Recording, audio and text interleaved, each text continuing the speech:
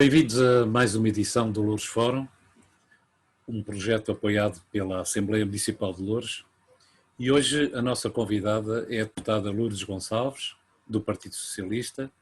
E antes de começarmos a conversa, para já, boa noite, bem-vinda ao Loures Fórum. Boa noite, António. Boa noite, António. A todos que nos escutam lá em casa, esta é uma iniciativa que já dura alguns meses, um projeto que já dura alguns meses e para o qual são convidados elementos da Assembleia Municipal, deputados da Assembleia Municipal. Portanto, este é um projeto apoiado pela Assembleia e para a participação dos deputados da Assembleia Municipal de Loures. Lourdes Gonçalves, a deputada municipal, é uma pessoa muito ligada às IPSS. As suas intervenções na Assembleia, o seu conhecimento das IPSS e do trabalho das redes sociais, leva-me a colocar-lhe uma primeira pergunta que se calhar vai dar para várias respostas. Mas vem o início do ano letivo, não sei até que ponto é que as IPSS estarão à altura, até em termos financeiros, para este segundo embate. Não sabemos bem se a própria pandemia não irá ter um novo surto de grandes proporções, e gostava de ouvir primeiro, ouvir algumas palavras suas, que está dentro do meio e conhece bem as IPSS. Como é que vai ser este início do ano letivo e como é que as IPSS vão responder a este novo desafio? Bom, António, boa noite e agradecer à Loures Fórum por mais esta gravação. Pois, esse é um tema efetivamente que está em cima da mesa, é muito atual. Nós estamos no início do ano letivo, as escolas, a autarquia e o Ministério da Educação, como sabe, estão a preparar a abertura do ano letivo com os planos de contingência, com as medidas preventivas relativamente ao contágio da Covid. As IPSS também, as organizações sociais também estão neste momento a preparar toda a abertura da rede solidária. A rede solidária das instituições é composta por creches familiares, por creche, por jardim de infância, por atividades de tempos livres, e é uma série de salas e de alunos e de crianças que estão envolvidas na abertura do ano letivo. A rede solidária em março viu principalmente os equipamentos de creche e os equipamentos de jardim de infância ficarem fechados até maio. Foi neste momento, durante estes 2 meses, de março a maio, que as instituições sociais tinham estas respostas sociais, viram comprometidas as suas receitas e viram também uma despesa maior porque não tinham receita e tinham as despesas de sempre, a água, a luz, os vencimentos, etc. Foi difícil manter as instituições financeiramente, apesar dos apoios do Estado e do Governo, que é verdade que chegaram às instituições, mas que levaram algum tempo. E houve uma medida decretada pelo Governo que me parece a mim que foi fundamental para nós não termos as instituições sociais, neste momento, todas de portas fechadas. Foi manter os acordos de cooperação que tinha com todas as instituições sociais. O facto das crianças não estarem a ir, por exemplo, a uma creche, mesmo assim o acordo da Segurança Social foi pago na íntegra e na totalidade ao fim de cada mês. Isto ajudou com que as instituições sociais conseguissem pagar os salários dos seus trabalhadores, embora algumas, como sabe e como todos nós sabemos, colocaram os seus trabalhadores em layoff. Efetivamente foi um período muito difícil para as instituições, depois também porque às instituições sociais pede-se para estar na linha da frente, para estar no combate, e estiveram no combate. As instituições que tinham programas alimentares foram as primeiras que saltaram para o terreno, as instituições e os seus trabalhadores, embora muitos dos trabalhadores também tivessem ficado em casa por causa dos seus filhos, mas aqueles que estiveram nas instituições estiveram na linha da frente, na questão da alimentação, para que nada faltasse às famílias. E as instituições sociais estão em setembro, neste momento, a abrir as suas portas, a preparar os seus anos letivos com planos de contingência, e permita-me que faça aqui 2 distinções. Uma coisa é as instituições que têm estes equipamentos sociais de creche e jardim de infância ainda não recuperaram as suas receitas financeiras e neste momento, devido às medidas que estão a implementar, precisam de mais recursos humanos, isto representa mais despesas e precisam de material de proteção. E material de proteção, eu não sei se o António sabe, mas neste momento no mercado, para além da escassez, está muito caro. Isto significa que as instituições estão a gastar muito dinheiro naquilo que é o material de proteção. Bem sabemos que o Governo aprovou agora uma medida, que é adaptar a Social Mais, onde as instituições podem inscrever as suas despesas até 10.000 euros e serem reembolsadas de 8.000 euros, mas sabemos também que isto vai demorar algum tempo a chegar. Aquilo que eu lhe posso dizer é, estamos, enquanto organizações sociais, a preparar o ano letivo, mas temos em cima da mesa todas estas dificuldades.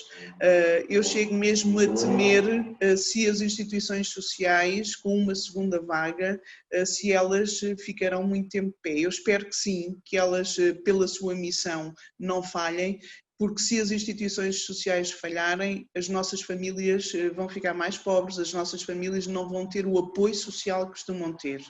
Por isso, aquilo que eu desejo é que todas as instituições que estão neste momento com alguns problemas, elas consigam financeiramente sobreviver e prepararem-se para aquilo que vem a ser o outubro e o novembro. Deus queira que não, estamos todos a torcer para que não aconteça, mas se acontecer, ficarmos outra vez todos em estado de emergência, para as instituições sociais vai ser efetivamente um período muito difícil. Todos os apoios são bem-vindos. Eu devo-me lembrar que na Assembleia Municipal, ainda numa das últimas assembleias, o PS, a bancada do PS, levou uma moção pela continuidade dos apoios financeiros.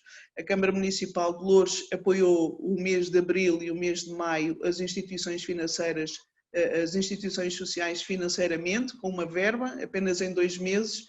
É um facto que muitas crianças não voltaram às salas de creche nem de jardim de infância porque os seus pais continuam em teletrabalho ou porque estão mesmo em layoff ou porque estão desempregados, não voltaram. A capacidade das creches, jardins de infância, a ATL, neste momento não está totalmente preenchido e é normal que as instituições continuem a querer o apoio financeiro porque muita falta faz e efetivamente foram só 2 meses, o que nós lamentamos que não tivesse havido aqui uma medida para dar continuidade a este apoio. Luís Gonçalves, há uma questão que está sempre subjacente à posição de fraqueza financeira, insuficiência financeira das IPSS e que talvez lá para casa muitas vezes as pessoas não percebam. Há um conjunto de despesas fixas, pessoal, água, luz, etc., e há receitas de determinadas valências das IPSS que deixaram de existir. Pode explicar de modo sucinto, porque esta é a explicação, porque é que as IPSS, é parte da explicação, porque é que as IPSS também estão financeiramente débeis, não é? Eu acho que todos nós já percebemos, as IPSS têm 2 comparticipações financeiras distintas. Uma delas é uma comparticipação do Estado, que é aquilo que nós chamamos os acordos de cooperação, recebe-se por cada criança um determinado valor, seja em contexto de jardim de infância, ou em contexto da ATL, ou em contexto de creche, ou creche familiar, há um valor que o Estado disponibiliza em acordo de cooperação para a instituição. E depois, a juntar a este valor, nós temos o valor da comparticipação familiar, que é aquilo que efetivamente os pais, pelos seus rendimentos, e de acordo com a tabela, que é imposta pela Segurança Social, não são as IPSS que escolhem a tabela de comparticipação, é a Segurança Social que impõe a tabela, ok? E quando a Segurança Social impõe a tabela, nós temos que fazer de acordo com os rendimentos dos pais e com a tabela. E esse é a comparticipação familiar. São estes 2 valores que sustentam todos os equipamentos ou a resposta social da instituição. Mas, António, se não houver crianças ou se não houver utentes, exato, não há serviço Não há, e depois é assim, as receitas, efetivamente tem que haver um equilíbrio entre as receitas e aquilo que é as despesas. E hoje em dia, mesmo que seja pago um salário mínimo, significa que para a instituição um salário mínimo nacional significa 900 euros ou quase 900 euros, porque efetivamente as IPSS também pagam os seus impostos ao Estado.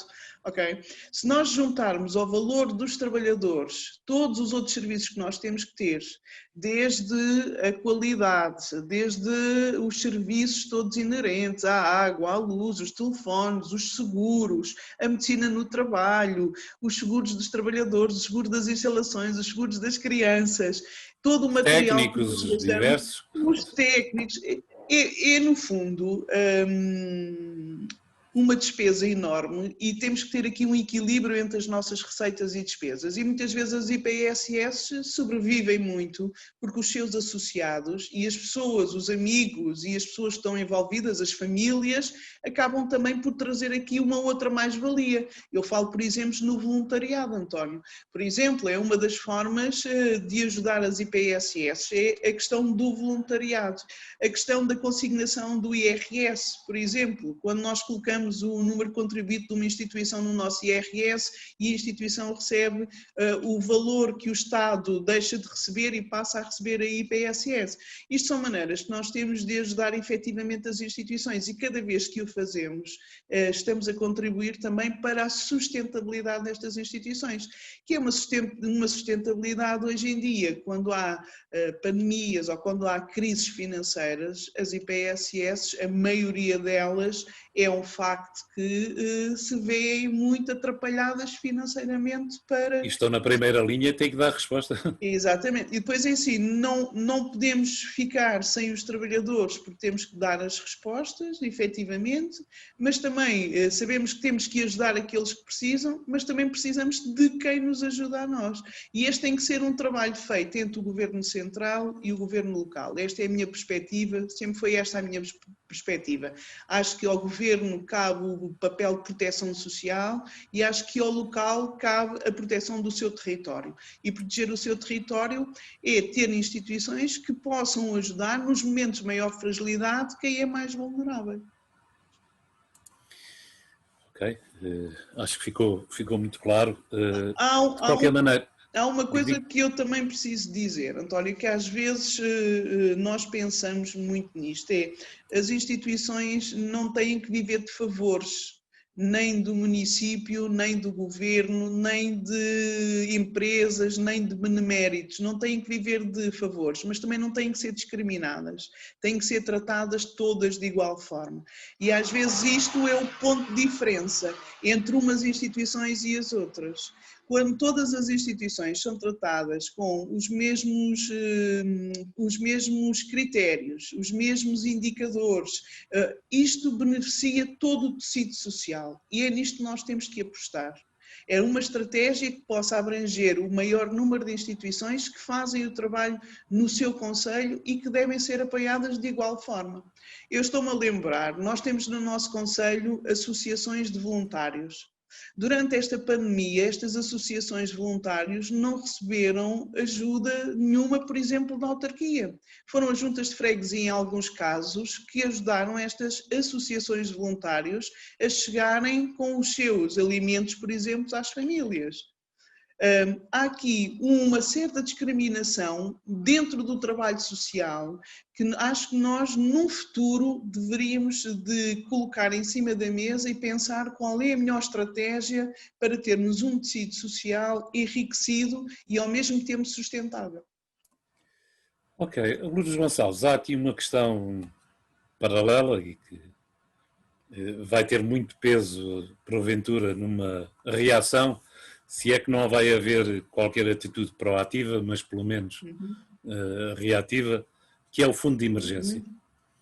O Fundo de Emergência, que deu alguma polémica no início aqui da pandemia em Loures, como é que a Lourdes Gonçalves encara a verba que deveria ser consignada desde já para um fundo de emergência? Sabe que eu acho que Quando nós éramos miúdos, eu não sei se acontecia consigo, quando nós éramos miúdos fazíamos aquelas corridas para ver quem chegava primeiro, sabe? E depois quem chegava primeiro aquilo era uma festa. E o fundo de emergência, acho que nas autarquias eu quase que vi como uma corrida a ver quem que punha a notícia mais depressa nos meios de comunicação social a dizer que tinha mais milhões no fundo municipal. Eu não sei se deu por isso na altura, mas Sintra tinha 5 milhões, Sim. Vila Franca tinha não sei quantos, Gaia tinha 750 mil, depois Oeiras aparecia com não sei quantos milhões, parecia aquelas corridas que nós fazíamos quando éramos miúdos, que era a ver quem chegava lá primeiro à meta era aquele que ganhava. E às vezes parecia que o fundo de emergência municipal é quem aparecia com a notícia a dizer que tinha mais milhões, parece que era quem ganhava. Infelizmente, o fundo de emergência municipal deve ser um fundo, na questão do orçamento ou em orçamento municipal, deve ser um fundo que deve ter contemplado aquilo que é necessário para o concelho e até devia ter um valor por habitante de concelho, por isso ele até devia de ser feito com uma estimativa de valor por cada um dos habitantes desse concelho. Lá estamos nós com os critérios novamente, a necessidade de haver critérios. Exatamente. E deveria de contemplar um valor que num momento de emergência, num momento em que seja preciso, tanto as famílias como as instituições pudessem beneficiar dessa verba. Não é a autarquia gastar dinheiro em termos sociais, seja na compra dos alimentos, como está a fazer a autarquia de Loures, seja no apoio financeiro às instituições e depois dizer, ok, eu somo este valor todo e este valor dá 1 milhão e no fundo de emergência está lá este 1 milhão. Não deve ser feito assim. Nós não começamos a construir uma casa no telhado e depois acabamos no caboclo. Começamos ao contrário. Por isso, em sede de orçamento municipal, aquilo que deveria de existir é um critério para que o fundo de emergência seja dotado do valor suficiente para que tanto as instituições como as famílias, em caso de emergência, possam beneficiar desse valor. Seja ele depois na entrega de apoio financeiro às instituições, seja na compra de material de proteção, seja na compra de alimentos para as famílias, seja como for. Mas deve de existir o valor suficiente e esse valor deve ser achado pelo número de habitantes que esse concelho tem. E já agora acrescentemos aqui outra coisa, que eu acho que deveria ser feito, que é existirem candidaturas para este fundo de emergência, que é coisa que não existe. Lá está, não temos o critério, não sabemos como é que se recebe este valor, não sabemos como é que este valor é usado e também diga-se de passagem que é preciso coragem para dotar orçamentalmente este valor no orçamento e às vezes também não há coragem para o fazer. Pois isto é grosso modo como se faz em contabilidade as reservas obrigatórias, não é? Há reservas Sim, obrigatórias em contabilidade e este caso de emergência, um fundo de emergência deveria ter uma reserva obrigatória com um critério. Aliás, é mau, para não dizer outra coisa, que em muitas coisas que têm a ver com os municípios, essas decisões não sejam sustentadas por critérios bem definidos. Claro, António, quando nós temos um município que arrecada uma receita de cento e muitos milhões de euros, como sabe, no seu orçamento, tem que ter em atenção um fundo de emergência municipal. Ele deve ser dotado de uma regra, deve ser dotado de um valor que tem uma regra por trás, tem um critério para se fazer. E é assim que deve ser. Não é nós precisamos de ajudar as instituições com X euros, vamos lá ajudar e nós perguntamos onde é que está o critério. Saiu do fundo de emergência, mas com que candidatura? Ok? Em que indicadores? Como é que as instituições podem beneficiar deste fundo? É o que se chama transparência, se calhar.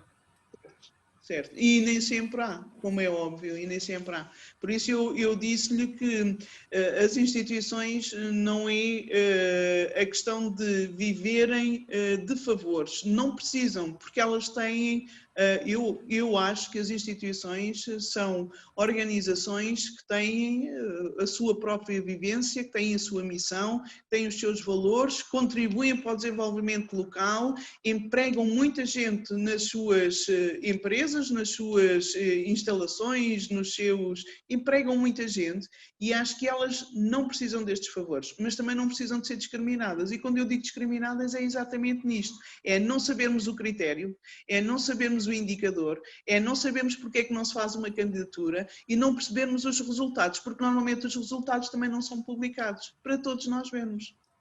Pois, transparência. Mas também é a questão que é fundamental e que de esquerda e de direita se fala muito, que é o planeamento. E uma IPSS, perante uma situação, tem que fazer o seu planeamento e tem que saber com o que é que pode contar, não é? Certo, certo. E sem isso é cada vez mais, hoje em dia, as instituições têm no seu corpo técnicos dirigentes com conhecimentos de gestão, cada vez mais. E é bom que assim seja. Eu sou defensora, sempre o disse, continuarei a dizer, eu sou defensora que as direções das instituições devem ser de pessoas com conhecimentos na área da gestão. Não é só dirigir uma instituição porque eu gosto muito, porque é uma missão, porque eu tenho o coração bom para fazer este trabalho. Isto é muito caridade e estas instituições, quando têm para cima de 50, 60, 70 trabalhadores, efetivamente elas têm que ser vistas como uma organização empresarial e têm que ter ferramentas de gestão para serem geridas. Hoje em dia, sabe que hoje em dia o papel de um dirigente é um papel que é levado muito a sério e quem se imputa muita responsabilidade. Veja o caso do Lar de Reguengos. Pois, ainda estamos para ver como foi, não é? Lourdes Gonçalves. É a responsabilidade. E eu tenho algumas dúvidas sobre aquilo que tem vindo a público. Mas essa seria uma boa matéria para nós discutirmos noutra altura. Quando tivermos um relatório, para sabermos quem é quem e quem fez o quê. Aí podemos conversar sobre essa matéria. Ok. Lourdes Gonçalves, vamos terminar por aqui? Certo? Então, terminamos aqui a sua participação ao abrigo do programa, do projeto Louros Fórum. De qualquer maneira, em agosto fizemos a gravação de uma série de participações, fizemos um debate e este é o último debate individual, última entrevista individual, perdão, que estamos a fazer. Muito obrigado, Lourdes Gonçalves. Obrigada. E até uma próxima, que estou certo que vai haver próximas, porque o tema e a sua área estão sempre na primeira linha. Muito obrigado. Com certeza. Obrigada, António. Obrigada. E a Lourdes Fórum também. Obrigada. Obrigado.